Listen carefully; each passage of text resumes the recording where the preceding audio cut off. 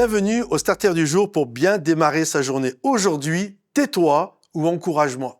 Il y a des saisons dans notre vie où nous sommes dans la tristesse et où c'est compliqué. Et parfois, les gens ne le voient pas. Il y a une chose que j'ai remarquée maintenant, ça fait plus de 30 ans que j'ai donné ma vie au Seigneur. Et je m'aperçois que dans l'église, c'est pas voulu, c'est pas désiré, c'est pas un calcul froid. Mais parfois, on développe de l'hypocrisie parce que on veut montrer une belle facette de nous. On veut donner le meilleur des témoignages. D'ailleurs, même entre nous, les témoignages que nous entendons sont des témoignages de guérison, de conversion, où Dieu a agi, où il n'y avait pas de bébé, puis un bébé est arrivé. Et nous entendons rarement des témoignages où la personne n'a pas guéri, elle est morte, ou ça n'a pas fonctionné, ou je n'ai jamais eu de bébé, ou etc.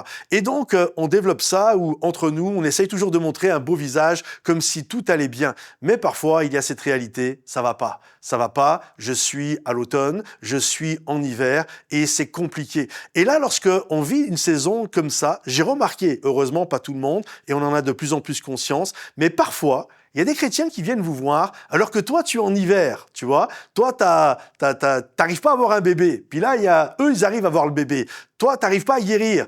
Dieu t'a pas encore guéri. Puis eux connaissent une guérison.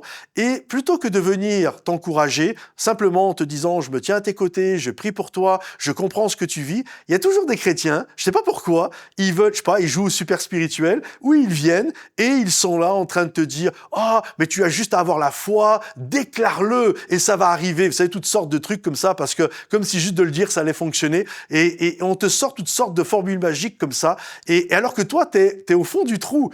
J'aimerais vous dire, quand tu vois quelqu'un qui est au fond du trou, qui est dans une saison d'hiver, alors que toi, tu es en été, aie de la compassion. Moi, des moments quand c'est compliqué et que je vois des chrétiens qui me font ça, j'ai juste leur goût de leur dire, mais tais-toi, tais-toi. Qu'est-ce que tu nous fatigues là? À la limite, si tu veux me parler, encourage-moi. Dis-moi que tu es à mes côtés. Pleure avec moi. La Bible dit, pleurez avec ceux qui pleurent et souriez, riez avec ceux qui rient. Comprenez-vous? Donc, il y a cet appel quand il y a quelqu'un qui souffre, ne lui fais pas la morale, ne lui fais pas la leçon, ne lui fais pas comprendre qu'il manque de foi ou que c'est parce qu'il ne fait pas assez de belles déclarations. Pleure avec ceux qui pleurent.